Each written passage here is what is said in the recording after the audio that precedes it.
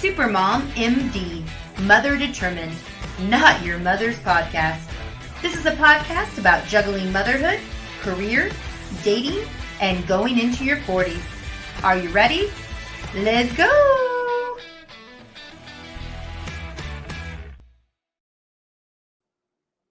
All right, we're so excited. It's our first podcast. I know. And can I just say, you're so adorable with your whole let's go. That is so the Kristin that I know and love.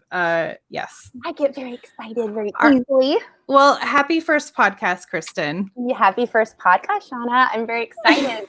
So for people, this is our first one, but we're going to tell you a little bit about our background of why we're so excited to do this. So you want to jump in? Oh my gosh. Okay. You're going to let me set the stage. Have you learned nothing? All right, let's jump in. So Chris and I have known each other for, oh my God, should I even say how long? 25 years, 25 years. I looked last night. We graduated in 1995 from Fountain Valley High School. The two of us, Kristin took pity on me. I was the new girl in school. We met in our drama class. Kristin, being the sweetheart that she just normally is, and her bubbly personality came over to me. I was the very shy wallflower sitting in the corner, and she took pity on me, and we became friends, and it was pretty seamless, right? It was pretty organic that we became friends. I think, don't you? I do. I actually can remember you in remember in the theater class, they had the rafters. I actually remember you were sitting towards the back, the risers. I wasn't sitting in the rafters like a weirdo. Yeah, the risers or whatever we called them. Yeah, and I remember you sitting there. I'm like, I don't remember her before, and I just remember walking up, going, "Hey, what's up?" You know. So that was a lot of fun. And then we got to do a scene work together, which was really fun. Oh God, you're going to bring that up. All right, cool. I remember you were Julia Roberts in Steel Magnolias, and I played Sally Field's character. Right, because our teacher wanted us to set up a scene. We had to do a scene, the 2-person scene, and we decided to do Steel Magnolias. And I am not an actress, and am horrible at memorizing lines. No. Unlike you, it is true. You're so kind, but it is true. But I was like, I can do Steel Magnolias because I love that movie. I have seen that movie 100 million times, and I probably know it by heart. I can do this in a very, cocky teenage girl way that you are so confident that you can do things that you should have no business doing. But yeah, so we did this monologue. I'll let you say how that monologue went, and then I'll let you know how it really went. Go ahead. Well, we did really great when we rehearsed at your house. That was really awesome. And then when we got on stage, you kind of froze a little bit, but nobody knew you froze because your acting skills are that awesome. Because basically I just kept feeding your lines to you, and you kept saying them back basically, and no one knew. We got an A. It was awesome. Clearly they didn't watch that movie enough. So that is true.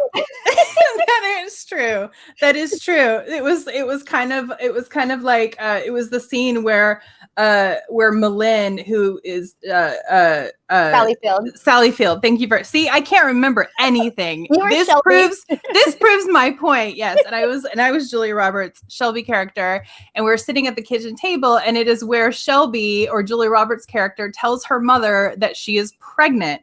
And it's a very, very high tension scene in the movie. And we were in front of this entire class. And it's dead silence except for us in the middle of the stage. And you are looking at me going, "Shelby, don't you have something to tell me?" And I was like, "Yes, Mama, I'm pregnant." And it was horrible. You did awesome. It was awesome. Acting is about reacting, but that's what set the stage of our entire friendship. And now we're going to fast forward. We both ended up having children. Yep. And both of our children had needs that were not in the What to Expect When You're Expecting book. No, they're quite exceptional. Yes. And so I know some later podcasts will probably go into more depth, but let's just give a quick summary. Yeah. So my son has autism, celiac, mitochondrial disease characteristics, tons of food allergies, and literally the list goes on. Oh, epilepsy. I don't know if I said that one. And and then your daughter, who I love and is like the superstar, and I feel like she could be my mentor because she's so awesome. I'll let you set the stage. Well, she looks more like you is the really funny thing. If you see a picture of Sasha, she has your brown hair and brown eyes and olive skin. Looks nothing like my red hair, green eyes, and pale skin. But anyway, so Sasha also has exceptional needs. She had epilepsy as well, which ended in her having to have a hemispherectomy. She's coming up on her 10-year hemiversary, 10 years of seizure freedom. So we're going to celebrate that in June, something to celebrate in quarantine. So excited. So she's also had her fair share of things, 3 brain surgeries and a whole bunch of other stuff. But so there we are. So we are 2 super moms. And I like the super mom MD, mother determined, because neither of us give up. We still don't give up. Mm-hmm. And it's like, people always say, well, I couldn't do that if I was you. And I'm always thinking, well, I think you could. You just can't imagine it because nobody signs up for all this extraness. Like there's like I said, there's nothing in the playbook of being a mom that says, oh, you're going to end up having to do this, this, and this. But I think moms and dads, really, we step up when we have to, and we love our kids more than anything. That's right. So I feel like it's interesting, though. It's like, when we were 17 years old, never could we imagine goodness, the journey that we would have. No way. We've been wanting to do a project for a really long time. Mm-hmm. And this just made sense. Like, it was like, okay, we could get on the phone and we're always like, man, I wish we were on a radio show. This would be awesome. Like, this is great content. Yeah. And so all of a sudden we're like, you called me up. You're like, what about a podcast? I'm like, I like that. That seems really, really something up my alley. And it's a great way because we get to connect and we get to hopefully relate to other moms and dads out there that know, like, hey, we're not alone. Like, this is not an easy journey. I don't care if you have a typical or neurotypical child, a child that has needs. If you're a parent in general, there's just things that are going to come along that you're just not ever going to expect. So that's parenthood. That's just parenting. Yeah. And so that's what's exciting. We want this show to be, fun. We want you to feel like you're in the room with us. And just so you know, I'm on the West Coast. Shauna's on the East Coast. That's right. That's right. You're in California. I'm in Charlotte, North Carolina. And, but yet we still have technology. We can still connect. And selfishly, I am so happy to have this time with you.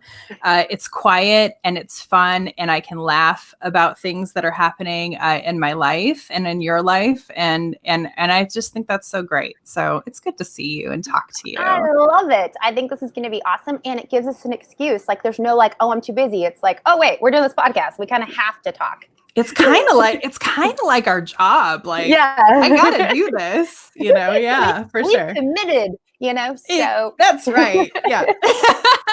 So I know we're going to be doing lots of fun topics and, we want you guys to participate. I know we have a Facebook page, we have an Instagram page, we have a Twitter page, YouTube. YouTube.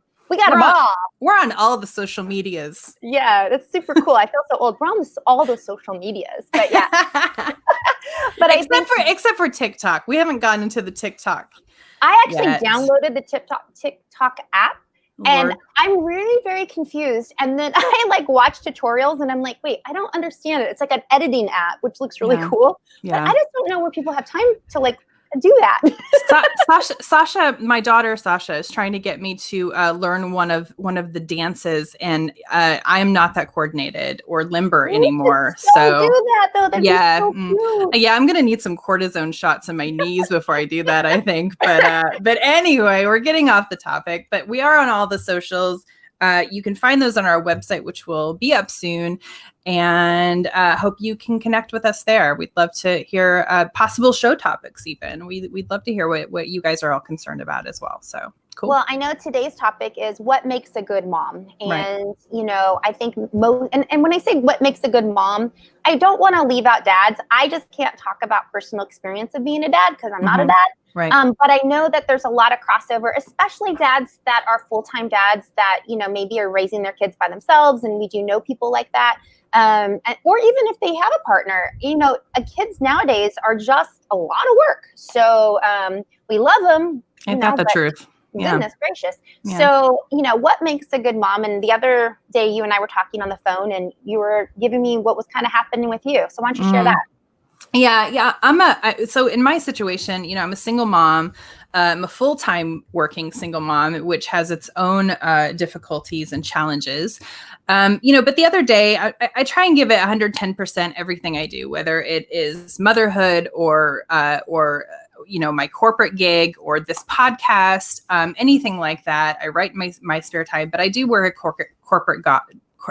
I do work a corporate job. My Monday through Friday, 9 to 5 or 8 to 5 hours. Sometimes I'm asked to stay later. I'm totally fine with it if it's possible.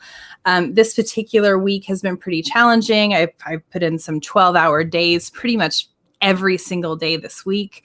I worked on Memorial Day, that sort of thing. So I feel like I'm putting in my fair share of hours and commitment to this gig. I'm very, very appreciative to have this job, especially during this time when a lot of people have lost their jobs. I'm so appreciative. I'm not trying to say that I'm not appreciative, but sometimes I do have to put my foot down and say, hey, I have to jump off because I have to go downstairs and make sure that my kid has dinner at a normal hour because she has to go to bed because she has to wake up early for her class, which are all online now. So, expecting that sort of level of understanding that, hey, I'm going to give you 110%, but I'm also a mother, right? Mm-hmm. And sometimes, and this happened this week where I have to go, hey, I was supposed to be up at 5. I've stayed until 7. I need to make dinner and get her in bed by 8:30.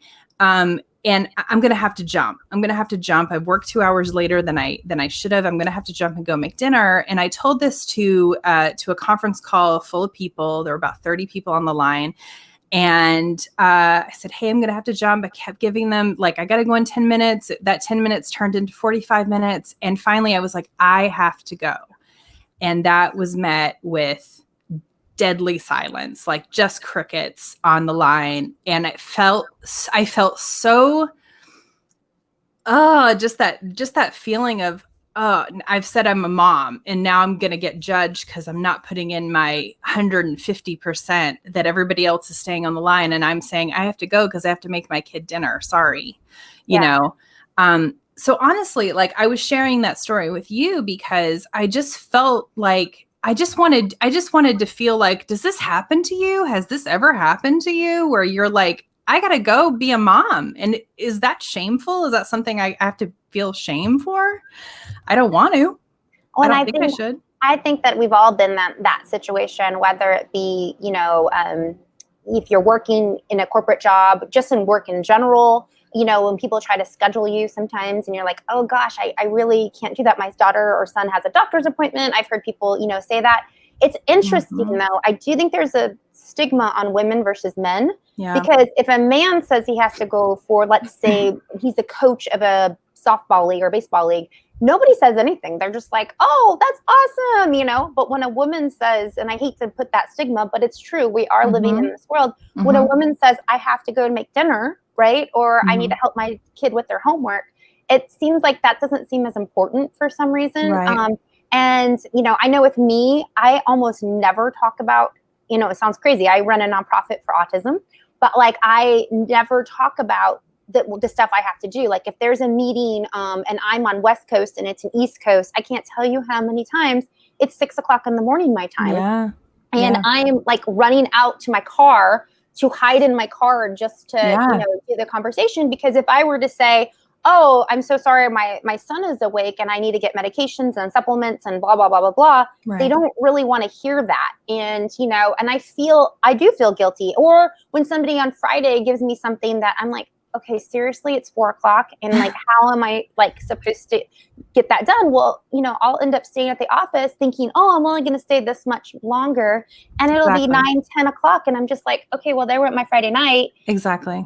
Or I'll be like, oh, shoot, I still didn't finish. And I have to finish by, I'll go, oh, I'll do it Saturday. But then I want to spend time with my kid. I love my kid. I want to do stuff. And so then I find myself Monday, I know tomorrow's Monday and I'm just going to be like, okay, I know I have to wake up early to get all this extra stuff done, but I don't understand. Like, I don't get where all of a sudden where we are supposed to be super, not just super moms, we're supposed to be super employees, which is just sometimes a little much, you know? It's like, and I don't get it. I don't understand it. And I just feel like, you know, being a working mom, it shouldn't be a shameful thing. I feel like we should be able to have this conversation and try and normalize and destigmatize this working mom persona. That is a fact. The fact that I am a full-time corporate worker bee, you know, in that environment, but I'm also a mom, you know, yes, that was my choice to become a mother, but you know, I shouldn't feel shame for that. That is my choice, but it's also my choice to work in a corporate environment and have that opportunity. I just feel like this is something that we just need to have conversations about and normalize, just like we would have conversations and normalize any other topic. Or situation facing us in this society. You know, we are a society. We should feel more like a community and not so much that we're doing something wrong by choosing to be a mother and also choosing to work.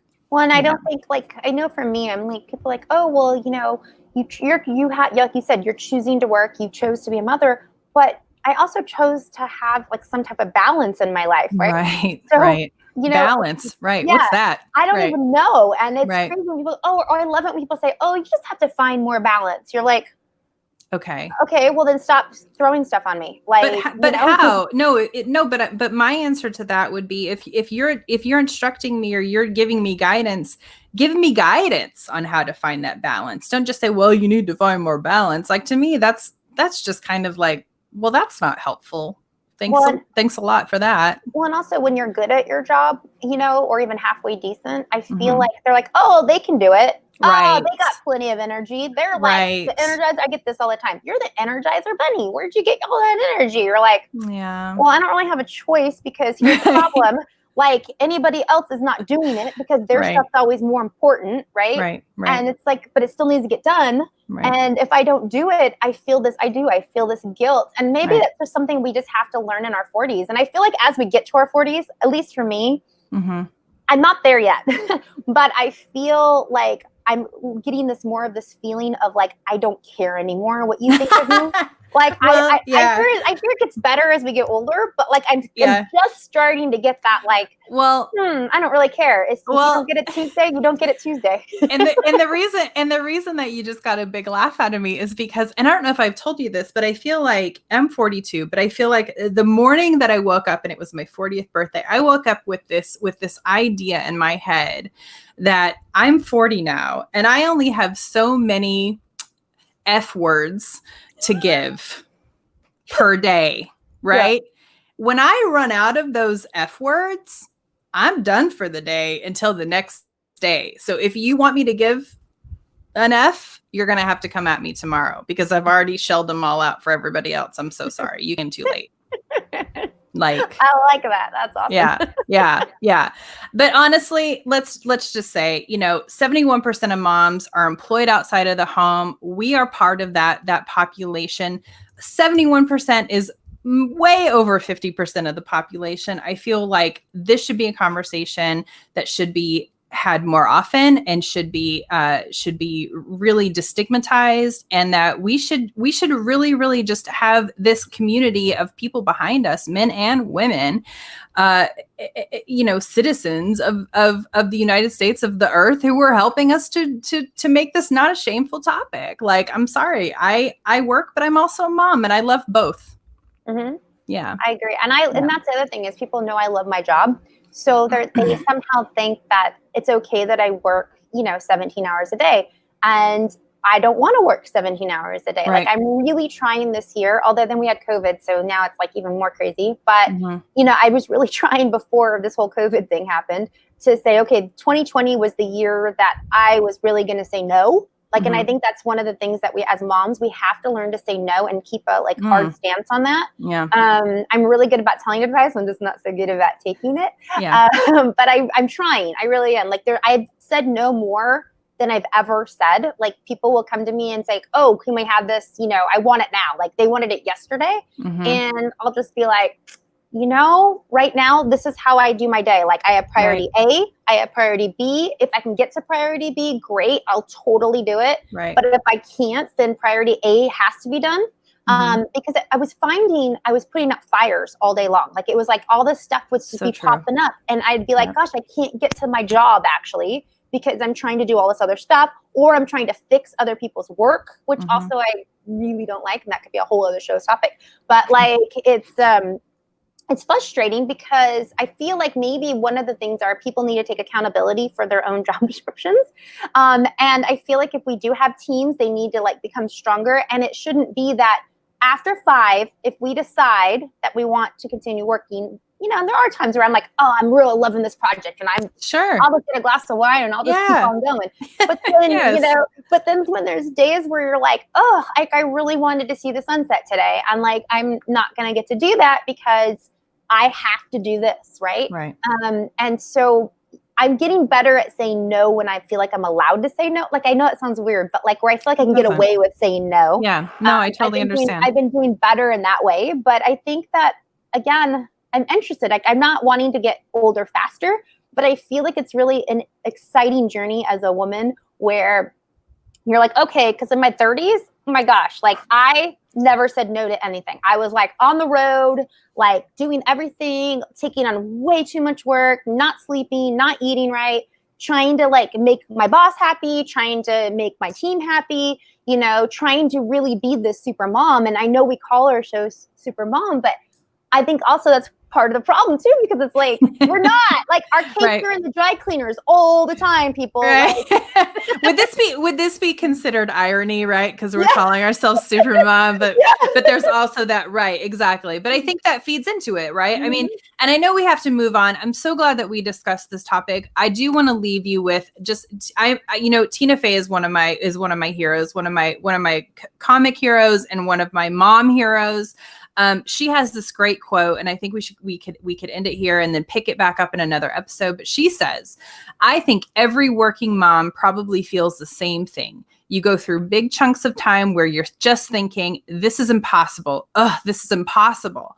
And then you just keep going, and you sort of do the impossible. And doesn't that just sum up what motherhood is? Oh, absolutely. Yes, right? I love it. Yeah, I love it. Awesome quote. Go Tina Fey. Love her. I love her too. She's awesome. And I love, totally separate, but I love the fact that she is I don't even think she's old. Like, she's just an older college actress. She's around our age. Yeah. She's but the thing is, the minute you pass 22, for whatever reason in acting, it's like, oh, like you're old or whatever, right? No, she's kicking butt.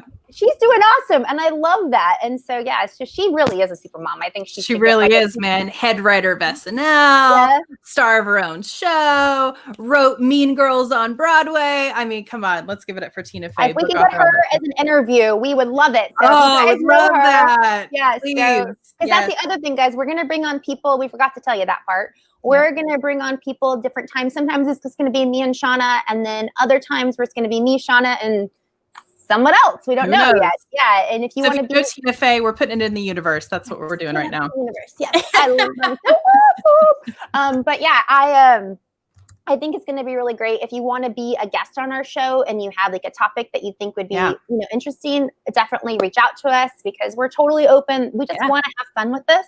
Yeah. And we hope that you guys feel inspired. I know our next thing we're going to talk about, because it is Super Mom MD, Mother Determined, we are going to be leaving you with an RX at the end of every show. So every week when you tune in and subscribe to our channel, we're going to give you a new RX. A little prescription. And I love that you get to try on something for a week. Like, I'm the kind of person that, like, if I do a lot of different diets, and not that any of them are working, but I'm just saying I try a whole bunch, but I can't do it for like 30 days. You look great. You look great. Well, good thing we're only filming from here up, right? But yeah, so I feel like, though, that when somebody tells me I have to do something for 30 days or 45, and I have done it, it's just harder.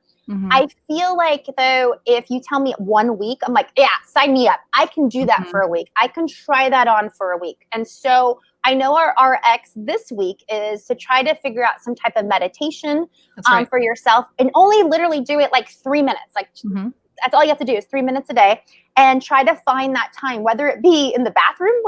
No joke. I have that's my quiet time if I'm lucky. Hey, you take it where you could get it, right? Right. And so I use this app that my doctor actually told me about. It's called UCLA Mindful, and it's free. It doesn't cost anything. I love that.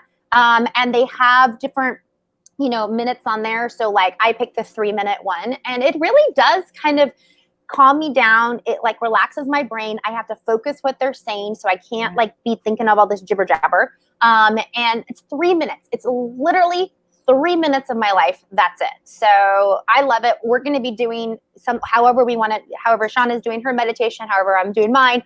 We're going to be doing it this whole week. And then next show, we're going to talk about how that felt. That's right. That's right.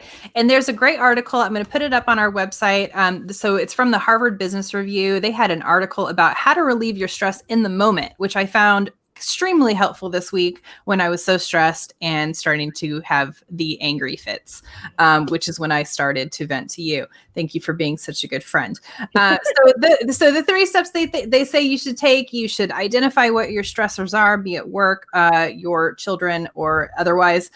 Take 3 deep breaths, hold those in for a count of 3, and then just find someone you trust to talk to, which helps, have a friend or your husband or a trusted coworker, just someone that you trust with your heart and your soul that you can just pour yourself out into. And that is helpful. And I think we all need that. Not forgetting that the reason that you're stressed, but instead just letting that negative voice in your head, like, just don't give it any control, right? Speak to yourself in a gentle and your logical tone, and don't project your stress onto others. I think that's also a really important thing to remember.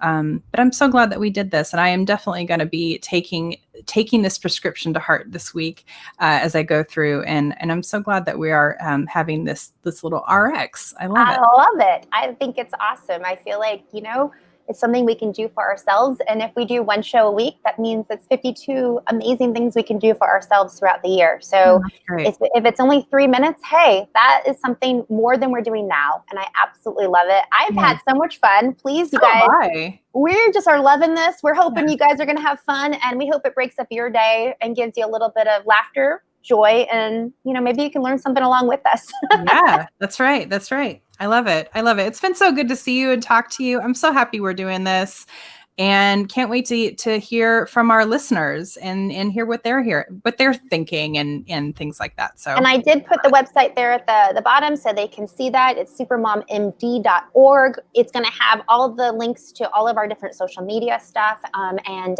podcast information. So yeah, we're really excited. Well, I can't believe it's over. It was awesome. I know. That went by so fast. It went like, woo. There we go. So until next time, guys, we're real excited, and make sure to subscribe, and do your RXs. That's right. Thanks so much. Thank you so much for tuning in to Supermom MD. Please make sure to subscribe to our podcast and tune in next week as we continue to keep it real about all the ups and downs of motherhood. This is definitely not your mother's podcast.